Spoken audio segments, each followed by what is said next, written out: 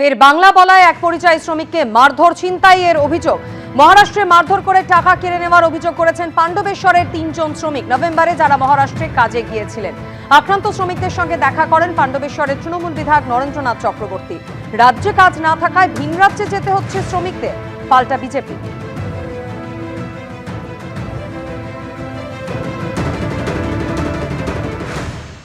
BJP সাংসদদের সাপের সঙ্গে তুলনা করে তীব্র আক্রমণ শানালেন অভিষেক বন্দ্যোপাধ্যায়। পাল্টা উত্তর দিল বিজেপিও।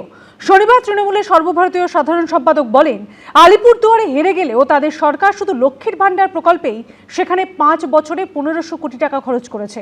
এমনকি চা বাগান খোলা নিয়ে নরেন্দ্র মোদীর প্রসঙ্গ উল্লেখ করে আক্রমণ করেন অভিষেক বন্দ্যোপাধ্যায়। উত্তর এসেছে বিজেপির তরফেও। बीजेपी के सांसद और सांप एक है, मौका मिलेगा तो आप ही को काटेगा। আমি মনে করি না এগুলো রাজনীতির ভাষা। বারুইপুরের পর আলিপুরদুয়ার, দক্ষিণে শক্ত ঘাঁটি থেকে উত্তরে কার্যত সাংগঠনিকভাবে দুর্বল কেন্দ্র আলিপুরদুয়ারে এবার বিধানসভা ভোটের প্রচারে ডঙ্কা বাজিয়ে দিলেন অভিষেক বন্দ্যোপাধ্যায়। আর সেখান থেকে বিজেপিকে একেবারে চাঁচা ছোলা ভাষায় আক্রমণ করলেন তৃণমূলের সর্বভারতীয় সাধারণ সম্পাদক।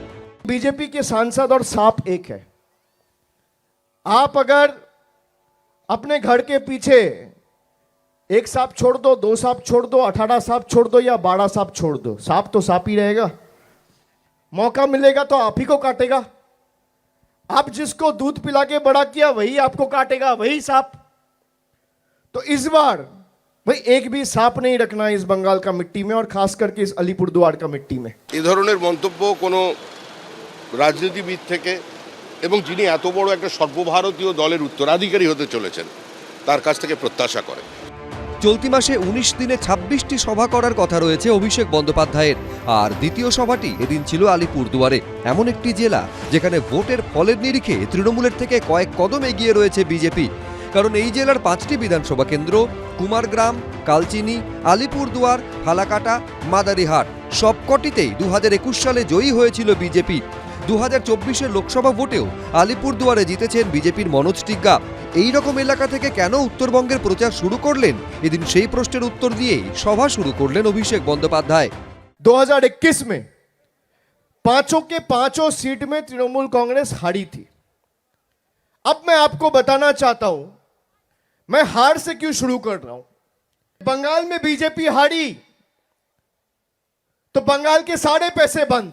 हम अलीपुरदुआर में हारे हैं, लेकिन इसी अलीपुरदुआर के सभी महिलाओं को, माओं को, बहनों को 1500 करोड़ रुपया खर्चा करके हमारे सरकार ने लक्ष्मी भंडार दिया है।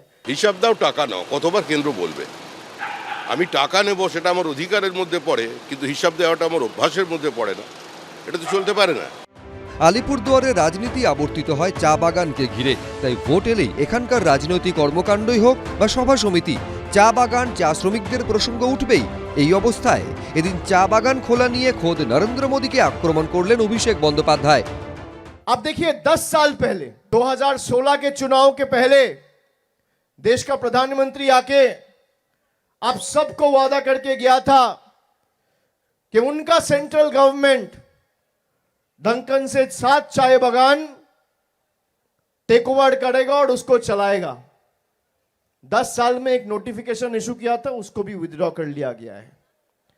जिस पार्टी का प्रधानमंत्री का बात का कोई महत्व नहीं है, उस पार्टी कभी आपको कोई भी राहत दे सकता है क्या?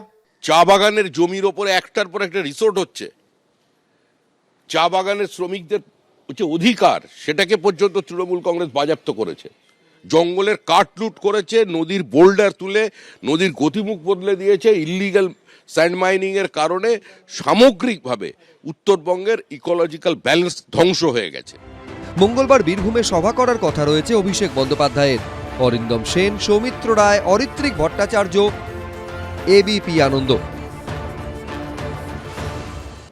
চলতি বছরে পশ্চিমবঙ্গে মেগা ফাইট। রাজ্যে এসে 2/3 সংখ্যাগরিষ্ঠতা নিয়ে বিজেপির সরকার গড়ার হুঙ্কার ছেড়েছেন অমিত শাহ। রাজ্য বিজেপি নেতৃত্বকে বেঁধে দিয়েছেন রণকৌশল। জানুয়ারি 3য় সপ্তাহে ফের আসছেন নরেন্দ্র মোদী, যদিও এই সফরকে গুরুত্ব দিতে নারাজ তৃণমূল। 21-এ ফেল করেছে 200 আসন পারের টার্গেট। 26-এর ভোটে কি পূরণ হবে বিজেপির পশ্চিমবঙ্গ জয়ের স্বপ্ন? রাজ্য রাজনীতিতে যখন এই প্রশ্ন ঘুরপাক খাচ্ছে, তখন সম্প্রতি রাজ্যে এসে দলকে টার্গেট বেঁধে দিয়ে গেছেন কেন্দ্রীয় স্বরাষ্ট্রমন্ত্রী অমিত শাহ। बंगाल में 2/3 बहुमत के साथ भारतीय जनता पार्टी की सरकार बनेगी। মমতা বন্দ্যোপাধ্যায়ের তরফেও এসেছে পাল্টা চ্যালেঞ্জ। বলেছেন 2/3 পাবো। দারুণ খেলা হবে এবার, ফাটাফাটি। এবারকার খেলার নাম হবে ফাটাফাটি। 2021-এর বিধানসভা নির্বাচনের আগে নরেন্দ্র মোদী অমিত শাহর স্লোগান ছিল আব কি বার 200 পার, কিংবা 2024-এ 42টি লোকসভা আসনের মধ্যে 30টিতে জেতার ডাক সাফল্যের মুখ দেখেনি। 21-এর বিধানসভা ভোটে 200 আসনের টার্গেট নিলেও বিজেপি পায় 77টি আসন। 2024-এর লোকসভা ভোটে বিজেপি 30 আসনের টার্গেট নিয়ে লড়াইয়ে নামলেও বাস্তবে তাদের আসন 18 থেকে কমে হয়েছে 12। তবে 2024 সালের লোকসভা ভোটের বিধানসভা ভিত্তিক ফল অনুযায়ী তারা এগিয়ে ছিল 90টি আসনে। তবে নভেম্বরে বিহারে এনডিএর জয়ের দিনেই নরেন্দ্র মোদী বুঝিয়ে দিয়েছেন এবার তার টার্গেট পশ্চিমবঙ্গ। আর ডিসেম্বরে রাজ্যে এসে পরিবর্তনের হুঙ্কার ছাড়েন তার ডান হাত অমিত শাহ। मूल समेत तृणमूल कांग्रेस की सरकार को हम उखाड़ कर फेंक देंगे। জিতবে না কচু হবে, জিতবে না ঘেঁচু হবে। 26-এর ভোটের আগে রাজ্যে চলছে এসআইআর প্রক্রিয়া।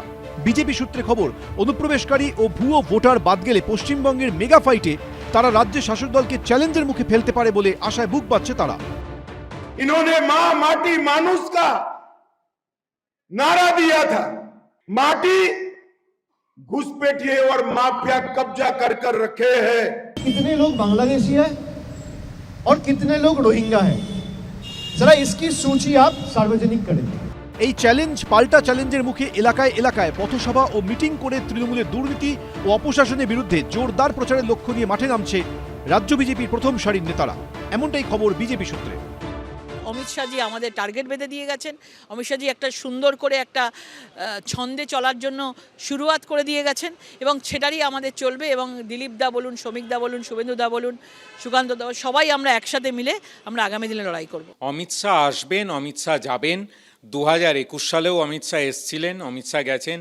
ওনার নেতা নরেন্দ্র মোদী এসছিলেন, নরেন্দ্র মোদী গেছেন। বাংলার মাটি শক্ত ঘাঁটি, সেখানে বাংলার মানুষ কিন্তু আগামী দিনে সিদ্ধান্ত নেবে এবং মানুষের আশীর্বাদ মমতা বন্দ্যোপাধ্যায় এবং অভিষেক বন্দ্যোপাধ্যায় এর নেতৃত্বে তৃণমূল কংগ্রেসের উপরে আসবে এবং তারাই ক্ষমতায় আসতে চলেছে। অর্থাৎ আমরা চতুর্থবারের জন্য ক্ষমতায় এসে সরকার করতে চলেছি।